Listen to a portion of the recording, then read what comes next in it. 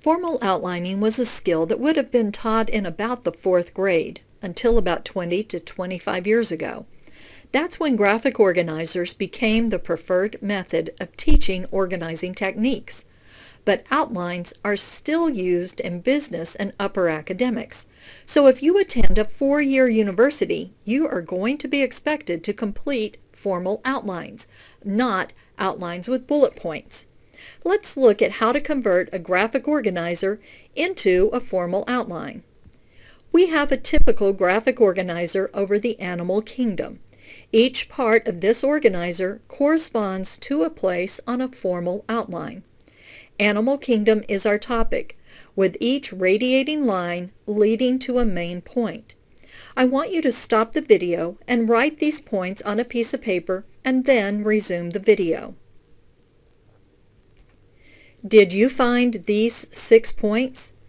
Each main point on a formal outline is delineated by using Roman numerals. Roman numerals for 1 through 3 are made by using that number of capital I's.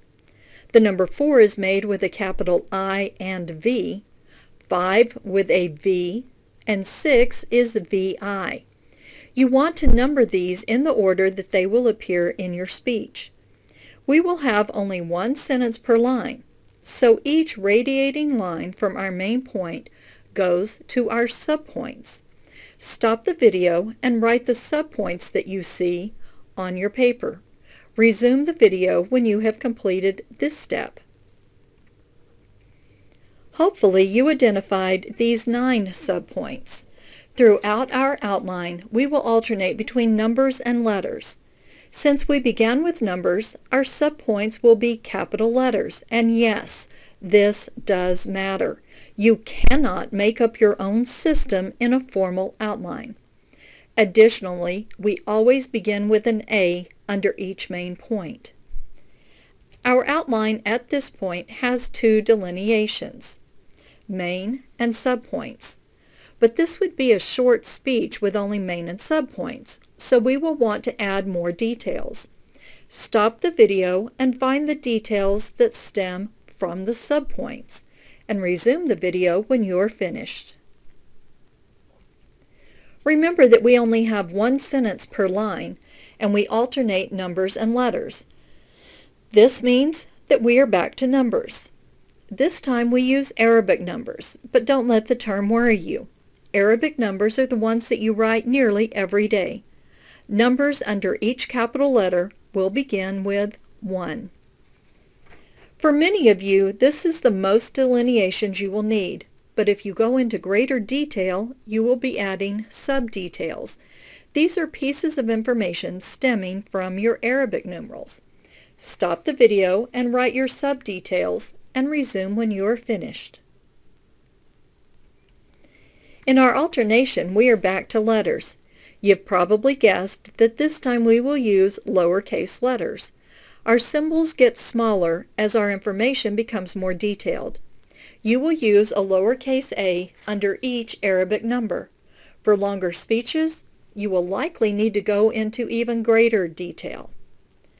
Micro details are the last delineation we will cover. These provide details about our sub-details. Stop the video and write the micro details. Resume the video when you are finished. This level of detail is marked with lowercase Roman numerals. Now we have completely labeled our information on the animal kingdom. All we have left is to place each piece of information in its proper place on the outline. Our main points, labeled with Roman numerals, go to the far left. Our subpoints with capital letters go under the corresponding main points and indent to the right. Each level of delineation will indent further right than the idea that it details. Our micro details in lowercase Roman numerals are furthest to the right. You will notice that there are no bullet points. If you had to go into more detail, there are ways to keep differentiating the levels, but rarely will you need to go to that depth. As you can see, all information of equal weight lines up down the page. Roman numerals are in the same column. All capital letters are in the next column over, and etc. Now that you understand the format of the formal outline, let's see how this outline style applies to your speech. Just like your English essay, a speech has 5 major sections. You have an introduction, 3 body sections, and a conclusion. These sections are your Roman numerals, and they come from the columns in the organizer you created using information from your sources. Each section will contain subpoints, details, subdetails, and possibly microdetails. These will be the information listed within the column with the addresses referring back to your sources. Sometimes you will need to add more details from the article. Other times you might be combining information within the column. There is no set number for each that you must use in every section. It will vary from point to point and from speech to speech.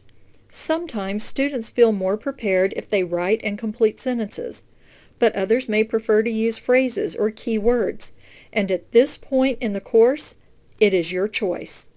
But remember, only one sentence or idea is allowed per label. While this has provided us a complete outline, it is still not ready to use when we give our speech. We need a few more bits of information to help establish the credibility. To get this next part, you will need to use your bibliography. Each time you use a source for the first time, you must identify 3 pieces of information. First, you need the author or the author's last names. If you have more than 2 authors, you may give the first one and then add the words "and co-authors." Be careful that you do not refer to them as co-workers. In this case, you could say, according to Sheldon and co-authors. Next, you need the date. Use only the year. Finally, you need the publication. The title of the publication will be immediately after the article title. It should be in italics, but sometimes the citation generators miss this.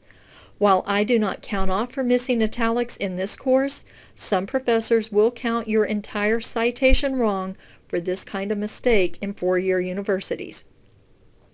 All peer-reviewed sources will have all 3 pieces of information, but some sources will only have 2, and they're still reputable sources, such as government sites, who may not have the author or they may not have the date, but they will have 2.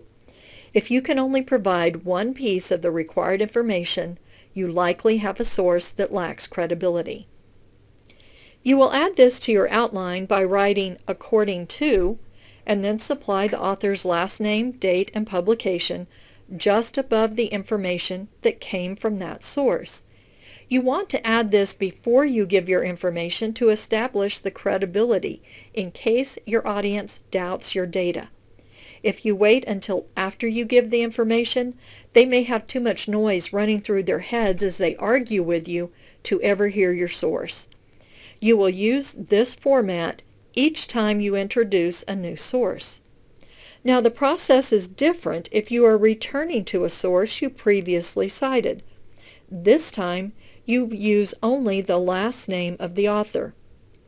There is no need to add date or publication. This was already established in the original citation.